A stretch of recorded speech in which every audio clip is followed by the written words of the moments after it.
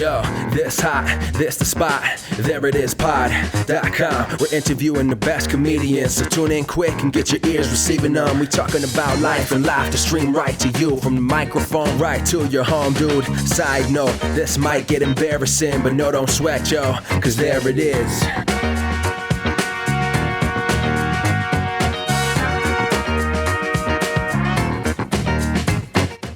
Welcome to the There It Is podcast, a place for comedians to learn more about how to create comedy. My name is Jason Farr. I will be your host. Let's do this. Have a fun episode for you. I am interviewing Theater 99 co-founder and improviser Greg Tavares, a great guy. Have you ever borrowed a book from somebody and you weren't immediately able to get it back to them because you had a stack of other books to read first? Well, a friend of mine let me borrow the graphic novel Blankets, and I finally finished it, and it's great. It's by Craig Thompson. If you have never read it, please do. I don't know why I say please. You can do what you want, and it makes no difference to me if you do it or not. But I really was profoundly impacted by reading that book. I mean, it hit me. It brought me right back to college and some experiences I had then, and oh man, just love and what we experience in this world sometimes. It makes you think. It makes you think deep thoughts. It's a good read. It's certainly a good read. Do you ever have experiences where you're thinking back on them like, oh, gee, that happened? That was a thing that I got through. I think it's good to remember those things that you got through, because it lets you know how resilient you actually are. People say, whatever doesn't kill you makes you stronger. I think the terrible, tough situations we go through really just show us how strong we actually were to begin with. Really great talk in this episode. Greg Tavares is... he's a salt of the earth. He is a really, really good guy. An improviser out of Atlanta told me, I like Greg Tavares. He gets upset about the right things. And that's just a very poignant thing to say in this day and age. I mean, how many times do you go online and hear people gripe about things that really just aren't a big deal? You don't see that from Greg Tavares. He is a guy with a big heart who uses it appropriately and with wisdom and patience. Another thing, I went to see him once, to get something from him once before a show when I went to Theater 99 about a year and a half ago. And he was one of a few people who was getting the theater ready for the show that was coming up. So there weren't many people in there. And they all were staff people and people who are part of Theater 99. And he was on his knees in front of a chair in the audience, getting his hands dirty, cleaning and fixing a chair. Now listen, there are a lot of people who would have delegated that job. But Greg Tavares is a man with integrity who is going to do that dirty work himself. And that is a great thing. And you're going to hear a conversation with a guy with an incredible amount of integrity. Here it is, Greg Tavares. How's Charleston? Things going well there? It's wonderful. It really is. I just spent my beach week with my family. I'm the kind of guy that lives in Charleston and actually vacations in Charleston as well.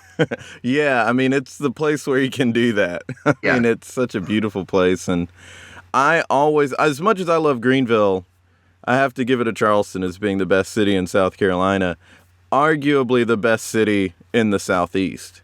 I love it. Whenever I travel anywhere, and I love plenty of places in the United States. I love plenty of cities. Like Asheville's a great city. I love Asheville.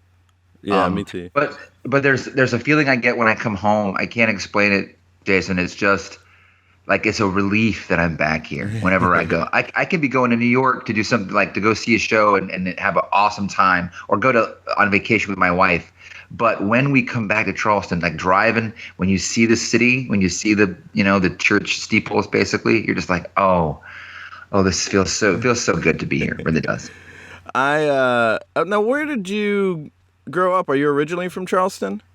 I spent a couple. My dad was in the Navy, so I moved around, like you do when you're a Navy brat. And so I was here from like age 6 to age 12, which definitely put some roots in for me and gives me all these nostalgic, childlike memories of running around in the woodsy swamps of Charleston, South Carolina, and like fishing with my grandfather at a certain creek in town that I go visit with my kids now. So that's kind of awesome. But we moved around a little bit. I mean, I spent the first 6 years of my life in Hawaii. And I really think that's a big part of who I am. And then I lived in Rock Hill, South Carolina, so I'm very familiar with the upstate too. That's right. I went to college there, and there was a show that you did at Theater 99 where you referenced Cherry Road or something in a scene. Oh yeah, I did my high school years in Rock Hill, and it's just, I think I'm real fish out of water in Rock Hill. I mean, the Rock Hill is just like a quintessential redneck upstate small town. You know what I mean? The past 30 years have not been kind to Rock Hill. I think I was there at the high watermark of Rock Hill. Oh, really? Yeah. I mean, it's become kind of the title loan store center of the United States. Yeah. The nicest thing there might be Winthrop. Yeah. Oh, Winthrop's great. Winthrop's a little jewel. It doesn't even feel like Rock Hill. It feels like it doesn't. Well, like it was small college. When I went to Winthrop, it was the only place in Rock Hill where you could get MTV or anything like that. Right, exactly. Yeah, I was there. I lived there when MTV came out. Like literally started its broadcast.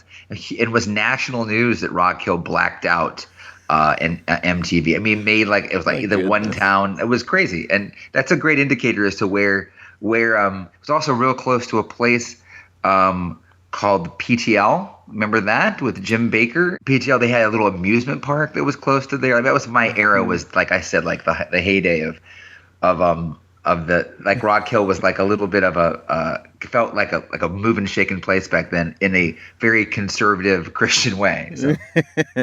Yeah, I mean, you used your knowledge from you were going back to high school to help inform your improv scene. Oh, well, yeah. I mean, that's really using your life and your knowledge to inform the scene. That's true. That's odd for me, actually. That's odd for me to pull from my real life because that is not. I mean, like I don't consciously do that very often. It's kind of like kryptonite to me to like play in a real thing.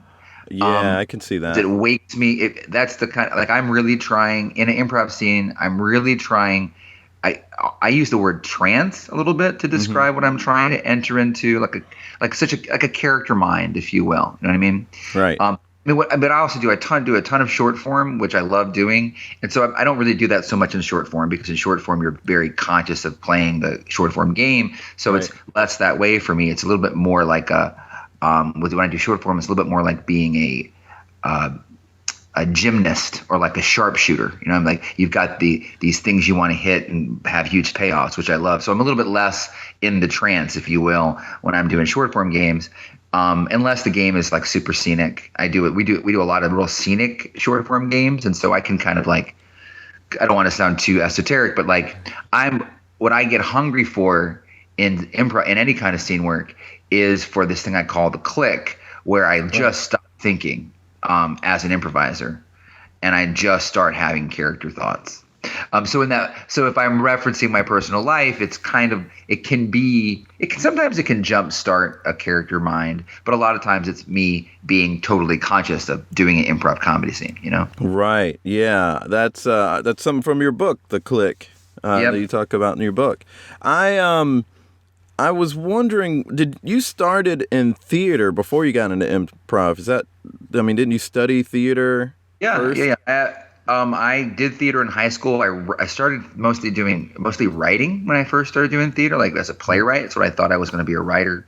So I wrote a couple plays in high school, and I directed them and stuff, and that really, really got its hooks into me. But then I left high school. I didn't go to college immediately. I took a year off and bought a motorcycle and traveled around the United States for a while as an 18-year-old in 1986, 87, which was crazy.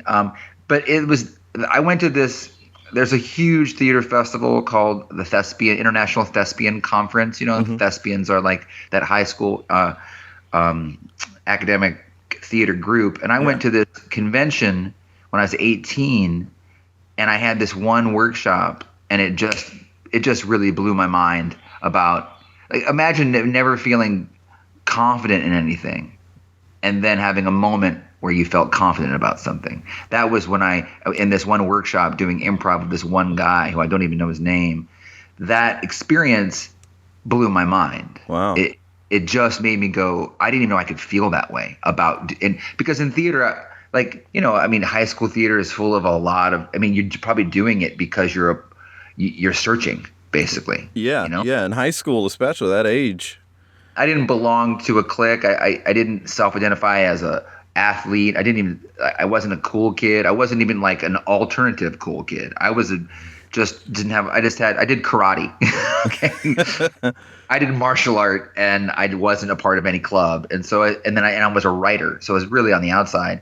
Yeah. And that moment when I was in that one workshop when I was 18, that moment of feeling confident about something was just intoxicating and made me feel great. And then I went on and had my process. I did an undergraduate degree in acting. I have a master's degree in directing, both in theater. So I've got a lot of academic background. I've directed a ton of plays. I've acted in a bunch of plays, written a bunch of plays. And I don't really even put improvisation in I don't like do improv differently than when I act in a play. Right. I don't necessarily direct or teach improvisation differently than when I'm working with actors in a play. I'm just trying to create work that's worth watching. If I'm directing a play, I'm just trying to direct the play in a way that's fun or good and entertaining and expresses the playwright's ideas. And if I'm doing a scene, I'm just trying to create something that's worth our time to watch or worth our time to do, So it's not different for me. It's all acting. It's all theater, actually. Well, that's one of the things I really appreciated about your book, because I've had, since I was in high school and junior high, even, all my theories and philosophies about how to approach acting. And your book was one of the books that I read that said, yeah, that's what you're supposed to do. Yeah, why don't I hear more people saying this? Right. And so when you were talking about that in your book, and then when I've seen you perform, I see that theatrical side. And I do believe that improv is something that can be as entertaining and interesting to watch as a scripted play. But you have to act in it. You have to do, as you wrote in your book, there's a little thing called acting. That's something that makes it a little more interesting and gives it more layers to view. It gets almost no play in any training center, and that teaches that seriously teaches improvisation. And that's not a good thing or a bad thing. I've had the opportunity to take a lot of classes from a lot of influential people. I've had an opportunity to teach a lot of classes, and I know why I kind of stay away from acting stuff when I teach beginners, at least. Mm-hmm. Is because it's so hard. Yeah. I studied acting for years, and I'm still just practicing it and studying it. Acting is such a lifelong pursuit. You're not going to get any immediate payoff you're not going to take a 7-week improv class and get much better at acting. Okay? Correct. You could go from not knowing anything about, you can learn yes and in 7 weeks, or at least that it's important to do. You can't master it, obviously, but you can get to where you've never done an improv scene, and then you can do functional improv scenes in 7 weeks. But you won't be an amazingly better actor in 7 weeks unless you were just talented when you walked in the front door, right? Which that class can't take any credit for. You know what I mean? Right. So acting is a real. It's a slow curve of getting better year after year after year. I just try to now, when I talk to my students, I don't even use kind of acting terms too much. I call it the buy-in. I'm like, we got to have a buy-in at the top of a scene. You need to buy in to what you're agreeing to. It's not just. What I've been saying a lot lately is like that scene was in the genre of improv scene. Yeah. No. Yeah. And audiences don't want to see scenes in the genre of improv scene unless they're really funny, and then they'll watch them. But I don't know how to create funny scenes. I'm not good at consciously going, I want to create a funny scene. I'm decent at buying into given circumstances. And I'm decent at playing characters that So basically, now I just talk about the buy-in. I have two rules of improvisation. I don't have a giant set of rules. My two rules are believe your world and agree to what your scene partner gives you. You know, those are the only rules I have. Believe your world and agree to what the guy on stage with you gives you. And by that, I really mean believe what they give you as well. Don't try to negotiate reality. But that's the end of my rule set. Believe your world, agree the other guy. And so for me, if you're buying in, and that's just kind of actor speak, if you're buying in, it's going to work because now we're watching you in the same way we watch any scene, you know? And I also don't have any like expectation that a scene I create has to be funny. That usually just takes care of itself. Yeah. But if you buy in, by definition, now you're doing a scene, and now you really just need to sit back as an audience and watch to see what they create, you know? So that sounds like a good definition for what committing is. Right. Yeah. I mean, I guess what's weird is because I started as a writer and an actor, and because of all my first experiences on stage were about bringing a character to life or bringing a world into life, like making a world that's supposed to be make believe into some reality. Like the idea of committing, I'm like, I have to sometimes back up and remember that's a challenge for some people. And not that I'm great at it. I'm not even saying that I'm this great committer. I'm just saying that's what I'm trying to do. Like for years, Brandy, my partner at Theater 89, who's like my biggest creative partner my whole life, she would look at me before we walked. Imagine, this lady and I have done thousands of shows together. So like a lot of improv is like, how do I relate this to something I did with Brandy? So a lot for years, Brandy would look at me before I walked on stage and say, because she's such an encouraging person, she said, "Hey, have a great show," or like, let's have fun out there. And my response would always be, and almost like became a joke between us. For me, if someone says, "Let's have a good show," it puts this pressure on me. You know what I mean? I'm like, "Oh, we're gonna have the show that we're gonna have." Okay. Let's not freak it out, you know. That's my bullshit, you know. But she'd say, "Have a good show," and I would look at her and go, and this is what I swear to God, I did this for a couple of years. She'd say, "Have a good show," and I would go, "I'm going to try to see the world through my character's eyes." That would be my like that's my goal. Okay, you can have the goal of having a good show, but my characters don't know they're in a show. Okay, right. My characters are in like little rooms and bedrooms and kitchens and at the car place, and they're not in a show to make people laugh. And I only do that because it doesn't, like, for some improvisers, like they need to feel like they're doing a comedy show, and it makes them better. You know, they need to know that they're going to go out there and they're going to entertain a group of people, and that helps them raise their game. And I haven't got any issues with that. I really have this kind of like, my little mantra is all ways are the way. Okay. And so my way, I go backstage before a show and I don't look at the audience. I treat it like in theater, looking at the audience is bad luck, you know? Saying have a good show is bad luck. Okay. So it's break a leg. Yeah. Break a leg. You don't say good luck. Good luck's bad luck. No, saying have a good show. I'm wrong. It's not saying have a good show is not bad luck. Saying good luck is bad luck. Right. So I don't say I've got your back before a show. I say break a leg. You know, and I go backstage and I don't look at the audience because I'm about to do, because it's all theater to me. To me, if I look at the audience before I walk on stage, they're going to be the thing that's most present in my brain. They're like the idea that I'm doing a show for people. But what I'm trying to do for those little 3 to 5 minutes of each scene I'm creating, I'm trying to be like submerge myself at least in a shred of the reality of the scene, you know? And it's effective for me to keep that, to keep all of my focus on stage. I like that approach. I mean, my background is not as enriched in theater as yours, but I was a theater minor and close enough to be a double major.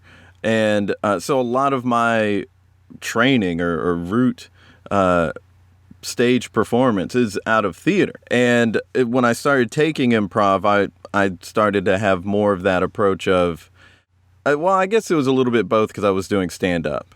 Right. So that had affected me, and I'm performing improv on the same stage I have been performing stand-up for years. So Right. there is a little bit of that effect of, oh, they're not laughing. Oh, did I do something wrong or not good? Like that's what you have to do with stand-up, but it's not good for improv. I don't know if it's not good for improvisation. I think it's good for some people. Like I'll use Brandy as an example again. Brandy is she's a gifted improviser. She is. She's so funny. She's hilarious. Yeah. And she can play both sides. She can completely see the world through her character's eyes, and she can be aware of the audience's connection to a scene. That improviser awareness doesn't undermine her ability to commit to character. Yeah. It's like a supernatural ability. And what's sad about using Brandy as an example is like you can't teach people to do what Brandy does. No, you can't. She's such a talented individual. So a lot of times I use her as an example in a class, but I'm like, hey, you either got that or you don't. Yeah, I mean, like you might have that, but that's just us being an archaeologist and like dusting off the stuff and finding the stuff that's in there. Right. I have a lot of beliefs about talent versus technique because I wasn't incredibly talented when I was younger, so I had to work for every single inch of competence and competence. I was not like no one saw me on stage when I was 18, 19, 20, 21, 22 years age. No one. I was in my mid-20s before people were saying, "Oh, that guy's talented." You know what I mean? So, Interesting. So I've never been the one that like the bright kid or like the special one in the group. I've just been the guy that kept on working at his stuff until he got to be, for me, it's all about building little methods and techniques to give me the ability that other people just had when they came up.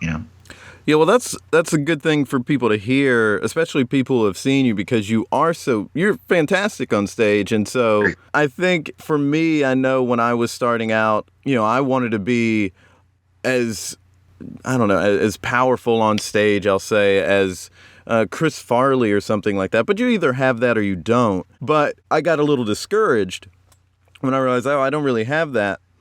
But to hear someone who's as strong on stage as you are say, I wasn't at first, I worked at it, gives hope to people who are like, oh, I can put in the discipline, put in the hours to work at this and get better. Yeah, that is the very foundation of my belief about arts instruction.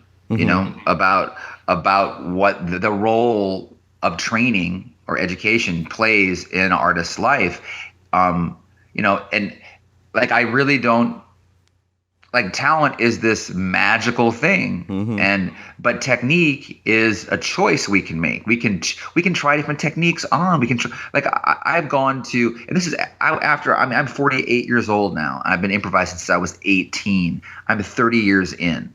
After I was 20 years in, after I had a complete idea and view of improvisation, I took all these intensives with other schools of thought. And I did it purposefully because I wanted to, I didn't want to like break myself down and learn a new way. I wanted to go to each of these kind of luminaries in the field and see where I was aligned with them and see where they were perpendicular to me and to learn what I could learn, build out parts of me that hadn't been built out yet. So I did a week with Keith Johnstone. I did a week at The Annoyance. I did 3 levels of intensity at UCB, but this is all 20 plus years in, wow. And what was amazing about that experience is I got to approach it the way I built myself up. I built myself up by trying on different techniques, trying on different methods, trying on different ways of creating scenes or games or whatever. And then what worked, I kept, and what didn't work, I threw away. And then I built me. And then I was like, well, I kind of finished building me. I'm a self-built improviser. I didn't go through any system to become who I am. But let me go into these other countries and see how they do it.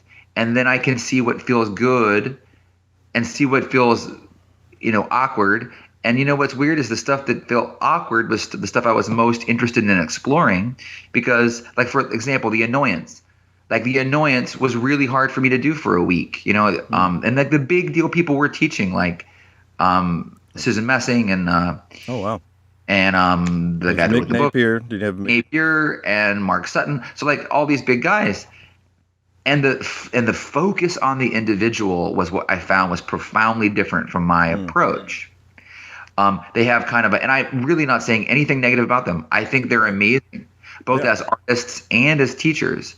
But they have kind of a me first philosophy, and I have kind of a we first philosophy. So guess what? That's a great thing for me to go try on for a week, because I got to be a me first improviser for a week and feel both the pros and the cons of that approach. And it had a huge impact on me coming back and being a little bit more me focused, and a little bit more dynamic in my character work. You know, it helped me do that, because I have like this we first mentality. So sometimes I'm a little too I defer too much to what we're doing, and that can make me a little weak on my character. You know what I mean? So that was awesome. It was like going to someone's church for a week after you had created your own belief system, if you will. So it was awesome. But you know, but all that's just technique stuff. Yeah, you know? And you're always a student. Yeah, you're always a student. I don't ever want to leave that role. I love the idea of being hungry to learn about this art form. That's what's humble about art form, you know? Yeah, that's what I think any good artist is always learning. I've heard so many things of people continuing to learn. I mean, Prince, who I'm going to talk about for forever, but Prince was always trying to learn new things, and he was always getting new styles and new instrumentations and saying, oh, let me try that on. You know, you're hearing it in every album, and there's a lot of random stuff, and it's because he was a student as well as someone who could teach. But, you know, he was always, I feel like artists are always interesting as long as they are growing. But if we keep it in the music realm, if you look at an artist that you stop liking their music, it's probably because they kept doing the same thing over and over again. Right. Exactly. That's totally true. And I mean, really, it doesn't get any more advanced for me than truly being focused on somebody else, and then truly taking that into you and seeing what it means to you. Right. Like, that's that polarity of other and self. I get off on that. I get off on how you can change me. I get off on that in the scene. I get off of that when I'm talking about ideas. I get off on that in any kind of art that I'm experiencing. I just want to be like open and absorb when I'm getting something, and then I want to sensate that or think and feel about that and go, oh, okay, that makes me feel this way. And that's kind of the very way I create improvisation, and it's the way I listen to music, and it's the way I read books, you know? I love that. I love that approach, because whenever someone was a beginner improviser, they would think that, oh, okay, this person said that. Instead of allowing it to change me, I am going to try to change it.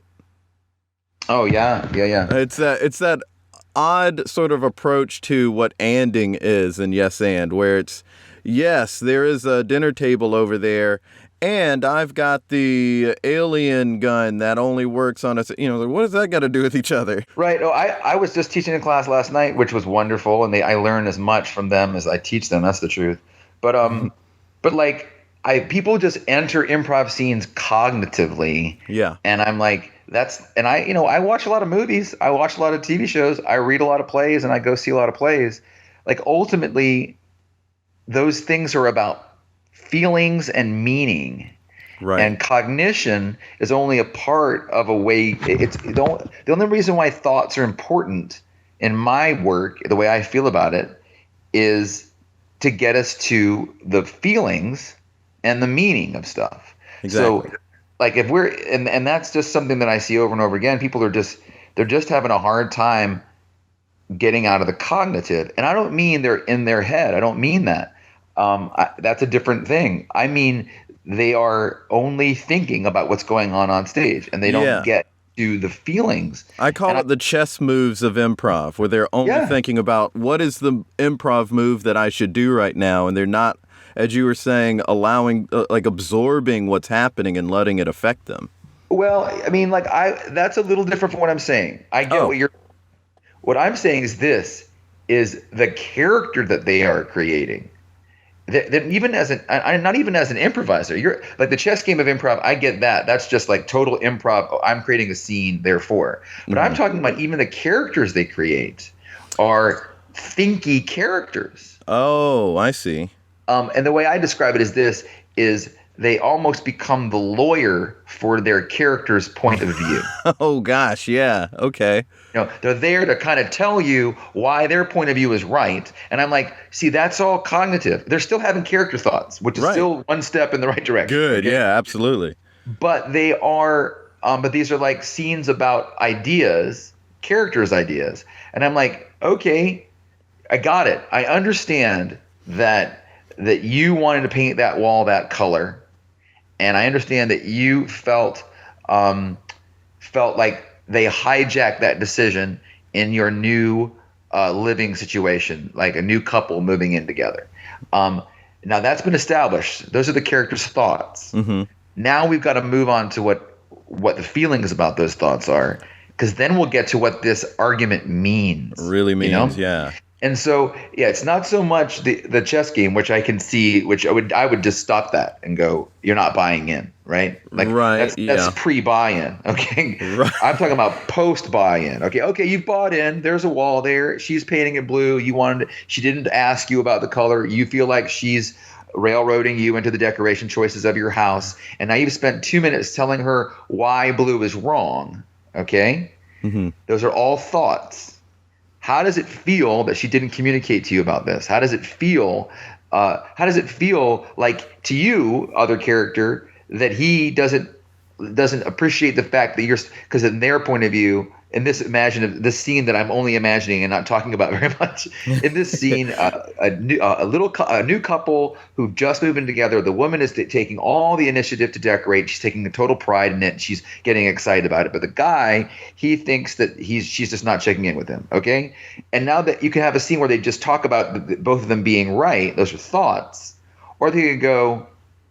The guy could say something like, "I thought that when we moved in together that we would get closer."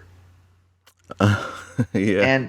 And now I just feel like this is just the same way it was before, because and that would be a feeling, right? Mm-hmm. And then bang, we've got this scene where they're revealing feelings. So that's really my path every single time.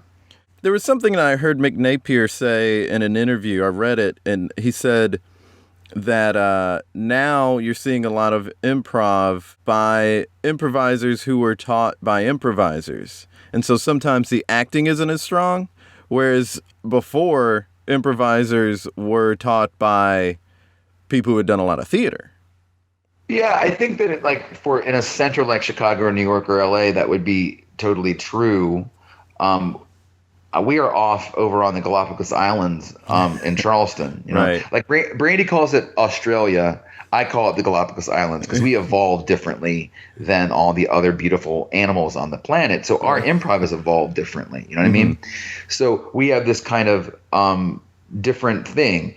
Everybody who's ever almost no people that have come to Theater 99 where I work and teach ever came from a theatrical background. Right. They all came from other walks of life because Charleston is not an acting center in the United States. We have about 60 people in our company that are actively performing, and maybe 15, maybe 20 of them have any serious acting background. Mm-hmm. The majority of, although Brandy and I both do, so they were non-actors taught by actors. Right. So we always have a different experience than the mainstream of improvisation. This was something I was wanting to talk to you about because I've noticed that the performers at Theater 99 have a level of talent that I appreciate in improv. That's what we were talking about at the beginning of acting in it, and just good theatrical choices and acting choices that are happening in improv scenes. I'm wondering if the fact that you and Brandy have a theater background, that's why people are giving that kind of performance, because they were taught by you two. I mean, I like to think that basically, it's just, I mean, Brandy and I curate the company, so we're going to pick people that have that ability, like that's one of the things we like. Believing the world is, if we don't have like a written matrix for what we're looking for in an improviser that goes from, say, training program to performance company. Mm-hmm. But one of the things that we talk about, because Brandon and I talk for hours about improvisers that we're interested in, and then we have an audition process. And one of the things that we always talk about, both of us, and the importance of it is, do they buy into the world? Mm-hmm. And sometimes an improviser, well, I mean, rarely, but sometimes the improviser can place too much importance on the scene being comedic. I mean, this is kind of like what everybody always says. Mm-hmm. I'm not the enemy of funny, you know what I mean? But right. I do feel like sometimes that, like, everyone wants it to be comedically successful. I want to be comedically successful. I want my scenes to be comedically successful, but I want believing the world to be a big part of why they're funny. Right. And we just place an importance on that at Theater 99. And we try to talk about it in classes, and mostly we just talk about it as an expectation. Like, there are two ways to kind of approach what you want out of classes. You can say, here's a technique, here's an exercise that teaches a technique or a skill that gets you there. Or you can just say, okay, well, you know what? My expectation is that you're going to believe your world. My expectation is that when you pantomime, things are going to be consistent. And when you drink, it's going to look like real drinking instead of like a robot drinking. Or if you're typing, their thumb in their mouth, you can just say, I have the expectation the work's going to be like that, and people will kind of gravitate towards what you expect. And then if you feel like you need to get skill based, you go, okay, let's do an hour on pantomiming table height. Let's do this. Welcome to the next hour of your life, where you have to be consistent on counter height, which I have done that hour in a class, not as a teacher, but as a student. And maybe that's why I am decent at maintaining counter height on the table that I'm pantomiming. I only say that kind of jokingly because that's a boring class, Well, right. I mean, it's necessary, man. It's very necessary. Exactly. That's what I was going to say. You're never going to get a laugh. No one's ever going to laugh because your table's always the same damn height. Okay. But if you get taught game of the scene, you might get some comedy payoff. But like, it's basically like these fundamentals that are that don't have any immediate reward. Those are the ones that are atrophied that I see in both training programs and students. Yes. And even in ours, like, I don't have the table height consistency class. Okay. I just try as hard as I can to give feedback that is based on, like, hey, I didn't really believe your world because that table was at 3 different heights. I didn't really believe your world because the way you were typing on a laptop seemed like a clown. You know what I mean? Yeah. And then nobody in that world referred to your weird clown-like typing. Right, which would, in some of the joke or the comedic inspired theaters, they're like, hey, that's the weird you should have been pointing out. Right, or that's even the normal for our world. You know what I mean? Right. Like if I'm tapping like a weird, like if I'm tapping like exaggeratedly on a keyboard, right, I can do that in the real world. There's something in my life that could make me act like I'm typing in a weird way. Right. We just have to accept that that's real in this world. And not ignore it. Yeah. And not act like that's real fucking typing. Okay, that's not real typing.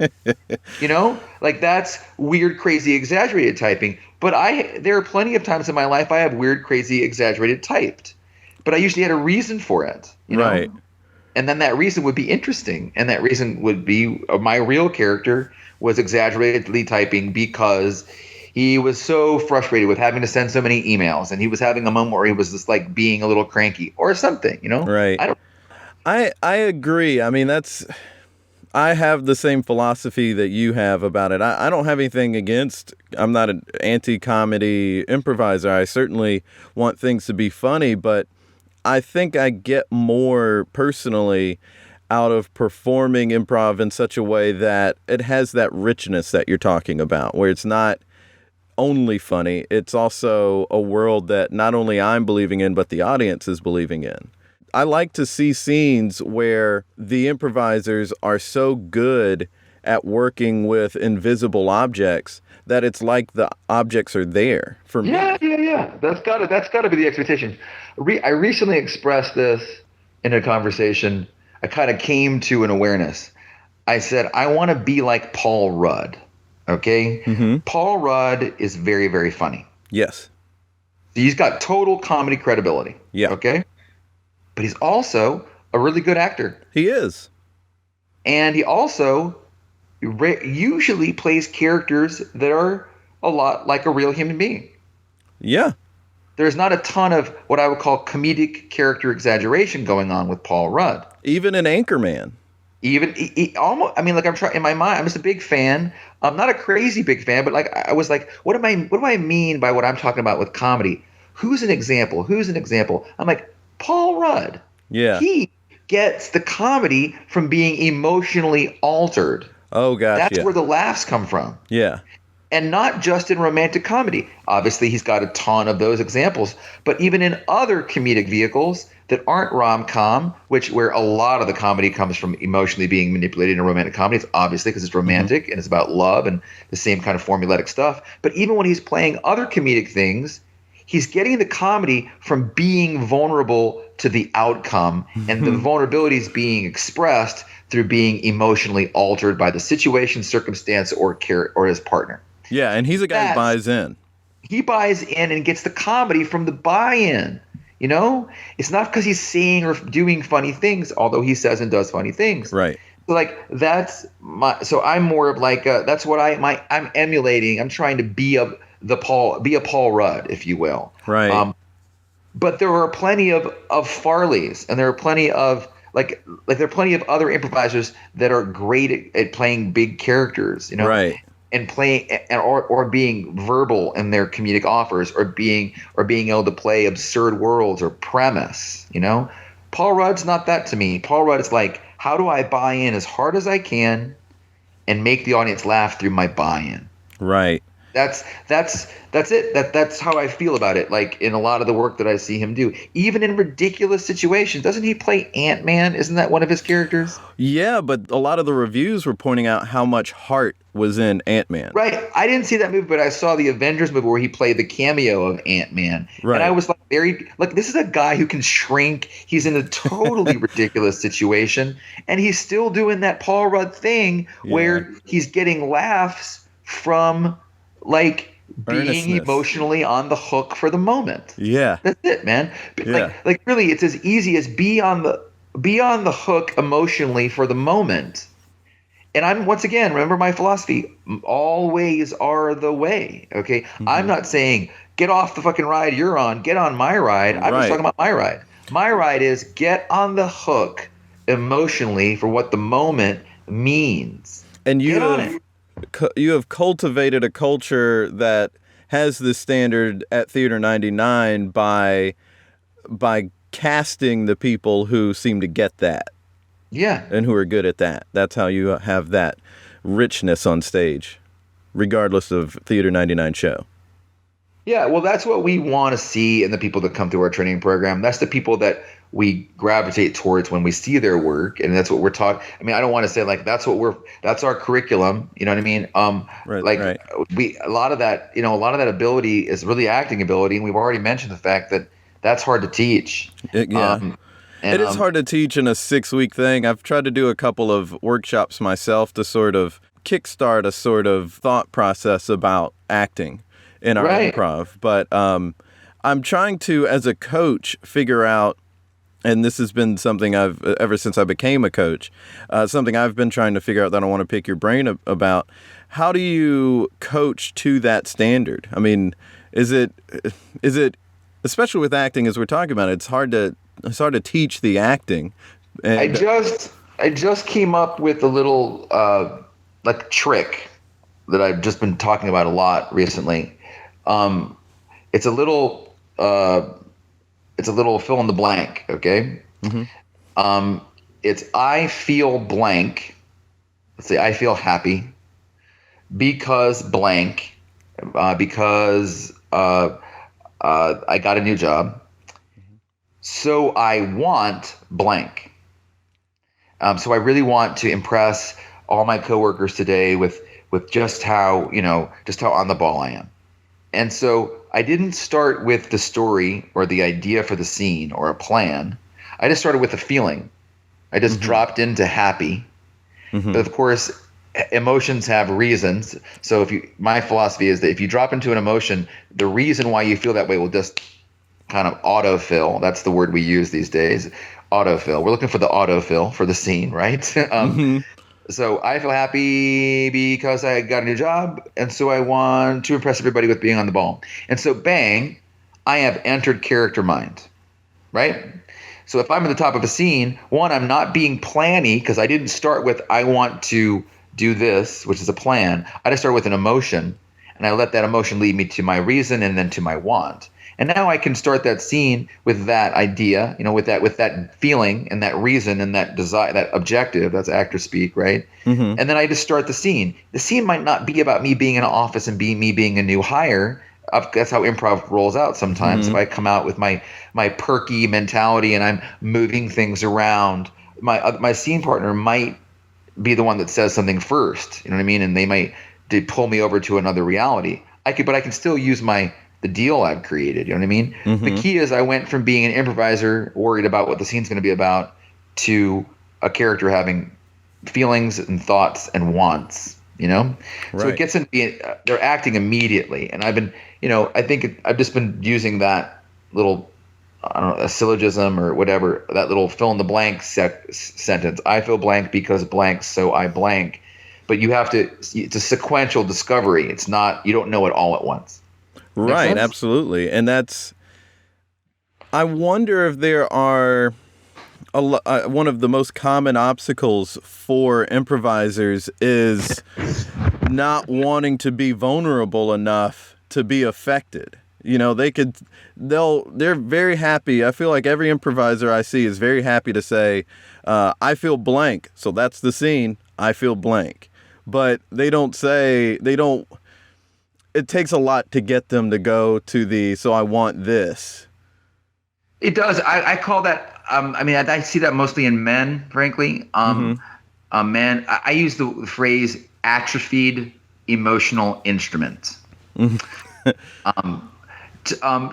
Especially in men. And frankly, it's a lot of men that come to improv have an atrophied emotional instrument because they're like the class clown, right? And they have defended themselves from emotions with humor their whole life, Right.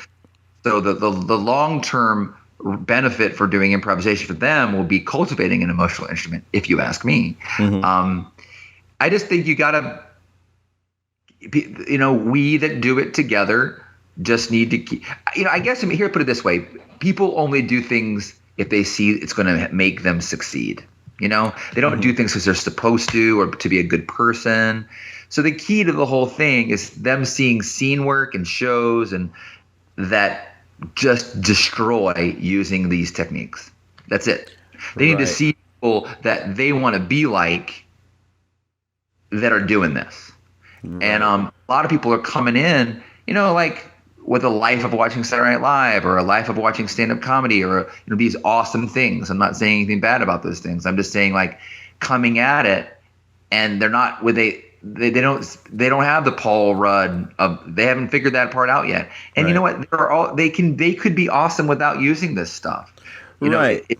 Plenty of people can be like a verbal wit, if you will. That's just like great at like verbally. Like Timmy Finch, who's one of the founding members of Theater 89, one of the members of the Have-Nots, is a great verbal wit player. He is hilarious. He gets, and you see that guy perform and you would go like, wow, I want to be like that. And he's just smart and he can put the words out of his mouth. Right. I can't do that. I can't do it. I can't teach people to do it. Timmy was that way the day before he started doing improvisation. You know what I mean? But I'm noticing a lot of similarities between when you're talking about the type of improv that you're doing someone who is advanced at the type of improv you're doing versus, or not even versus, but also someone who's advanced at a UCB style or an IO style, I'm noticing a lot of similarities. So I feel like regardless of what style or technique works best for you, or particular theater's mindset works best for you, you can still share these similarities that create good scenes. I totally agree. I mean, I think believing your world and saying yes to your partner and believing to them, I think if you do that, you will be advanced. You know? Yeah, like absolutely. I think that is like the definition of being advanced, believing your world, because it's very yes-andy to believe your world. You know what I mean? If I say the line, "Oh, Carl, it's just so hot here on the patio," and you just totally buy into being Carl, being on a patio and it being hot, and then you say anything at all, it's going to be a yes and move, right? Right.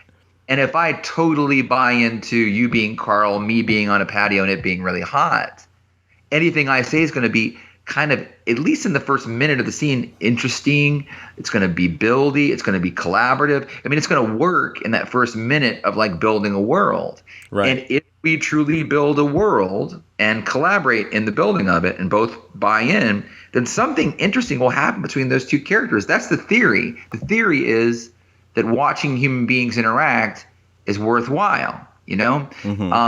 Like the cool thing about coming from theater is we add this extra thing to watching real human behavior. We want it to be compelling as well, you know? Right. It's not enough to just buy in. It's not enough just to agree. We want it to be on some level compelling to watch. And, you know, in comedy, we would say we also want it to be funny, but I don't put that on it. I'm like, I want it to be just compelling to watch.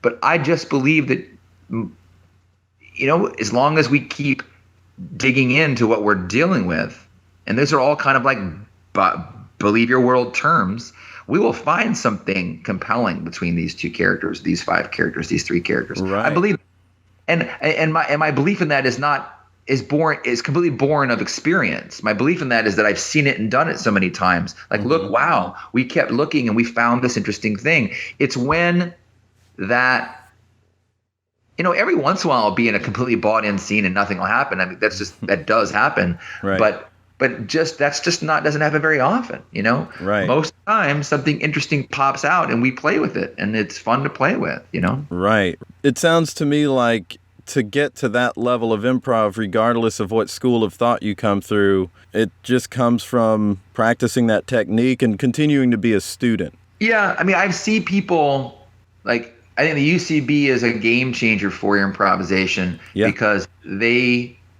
do not adhere to this idea at all. Although they're not anti-believe your world. No, they're not. Yeah, they just are focused more on the game of the scene. And characters never have that thought, by the way. Characters never say the words, if that's true, what else is true? Right. They can't because they're not aware that they're in a game. Right. They're just thinking, this is what's true. Yeah, they never, characters, literally, unless the character is an improv actor in an improv scene, like if it's a husband-wife talking about where they want to go to have dinner and this funny thing has happened, they never think, how do I pattern this funny thing into a comedic scene? They just don't. It's impossible. They think, no, honey, I really don't want to have Chinese, but you keep on bringing it up. It's absurd, okay? Honey, literally, it's absurd. I've said no to Chinese. You've used every simile for Chinese. Okay, like I'm not like my character's just pissed at his wife. Okay, right, and thinks she's like, are you really? Are you fucking with me right now, honey? Really? Why do you? I said no to Chinese. Why are you? And the audience is laughing. They think we're playing a game, and they think my character. Maybe they think my character's going, if that's true, what else is true? No, I'm not. I'm just questioning whether my wife and I are on the same page right now. Right. They don't, and so that, and it's not that I can't think if that's true, what else is true. It's just not, it's just not the way I have the most fun on stage. Right. Or the success on stage, which you might as well say this is the same thing for me, because for me, killing it just destroying the scene is what's fun for me. But I've seen enough UCB shows because they come to our theater all the time to watch masters of that technique. Oh gosh, destroy. They destroy. Yeah, they practice. I think really intently. It just sounds like they focus a lot and work real hard. You know what I think is hilarious is that their mantra is "Don't think." But let me tell you, if that's true, what else is true is the most thinky way to approach improvisation in the world. There's this nuanced way of approaching. Their mantra should be "Think harder," and I don't mean that as a fuck you to them at all. Oh no, I know. I just mean like you look at them on the back line. This is my impersonation of a UCB player on the back line. Yeah, no, head down, finger under the nose, the thinking man. Yeah. They are filling out that form, man, and then they come out and knock it out. They knock it right out of the park. Yeah. But there are UCB players that do that and believe their world, and it's magic. It's magic. You know, like Bobby Ann or Shannon O'Neill. I mean, all of them. All of those like people that are the luminaries in that tribe. They have married up the believe the world with that gameplay. They have this ability to truly be improviser mind and truly be character mind simultaneously. I just don't have that.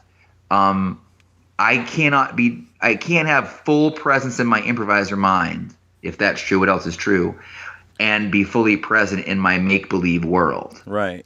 I have to trance or click into character thoughts, and that's my acting background, you know? Right.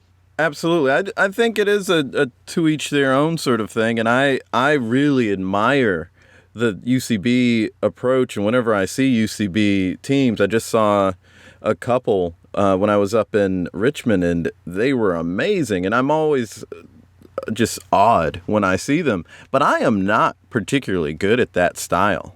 Right. Yeah. I mean, I'm okay at it. You know what I mean? I took 3 levels of them because I wanted to. I don't like to see things from the outside. It feels kind of judgy on my part. So I'm like, let me go over there and do that for a while. And when I took those levels, I loved it. Lennon Parham was my level 1 teacher. And she was maybe probably my happiest, most joyful classes I've ever taken in my life as an improviser, were Lennon's classes at my level 1 at UCB. And I took that, like I said, 30 plus years into doing improvisation. And it was a level 1, you know? And I asked them if I could jump up a level. And they were like, no, take a level 1 for real. And I appreciated that adherence to their, like, look, our philosophy is different. Come here and start from the top. And this is not, and I know them. Like, they're like I said, they're friends. But her class was wonderful. And so perfect for like, wow, I just appreciated everything that she was so encouraging and so and placed the focus on the stuff. We all had so much fun. It was great. So that was great. And that, like, I got to see it from the inside, at least a couple levels. And then I have a show that I do at Theater 99 that is a game of the scene show that I really love doing. It's just I'm doing it to challenge myself. Right. You know, I'm not doing it to do the best work that I can do. I'm doing it to do that thing that we were talking about earlier. Never stop learning. Right, right. Well, I think that's a good area to end the interview. Usually at the end of the episode, I try to create something with the guest. I've done a joke with a couple people. Kayla Milady taught me how to beatbox. Jill Bernard and I came up with a curriculum if I were going to do a workshop or 101. What's something we could do together quickly here? Let's do something I do with my kids. Okay. I do something called a Jack and Jill story with my kids. Okay. So I sing a song with the Jack and Jill went up the hill thing. It's not the song you're supposed to sing with it. It's a song that I made up. So what happened is I'll sing the Jack and Jill's top of that story, and then you sing the next thing that happens to Jack and Jill, and then I sing the next part of it. And you can sing it in the little rhythm that we do, okay? So it's going to be really embarrassing for me because singing just so happens to be like my kryptonite. It's so hard for me, but I'm going to try. to do it. Okay, so here's my song that I do with my kids all the time. Jack and Jill went up the hill to fetch a pail of water. Jack fell down and broke his crown, and Jill came tumbling after. And then Jack said, "What are you doing on the ground, Jill? Why don't you help? I'm laying here. Get off of your buttocks." And then Jill said, "Hey, look over there. There's a giant train. Let's hop on the train and go back up the hill and get that pail of water." And then they jumped up on the train, and then they saw some old prospectors. They said, "Hey, this is our train. We have weapons here."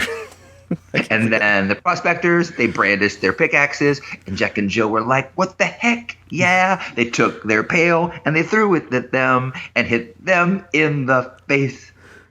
And then Jack and Jill were on the run from the prospector police.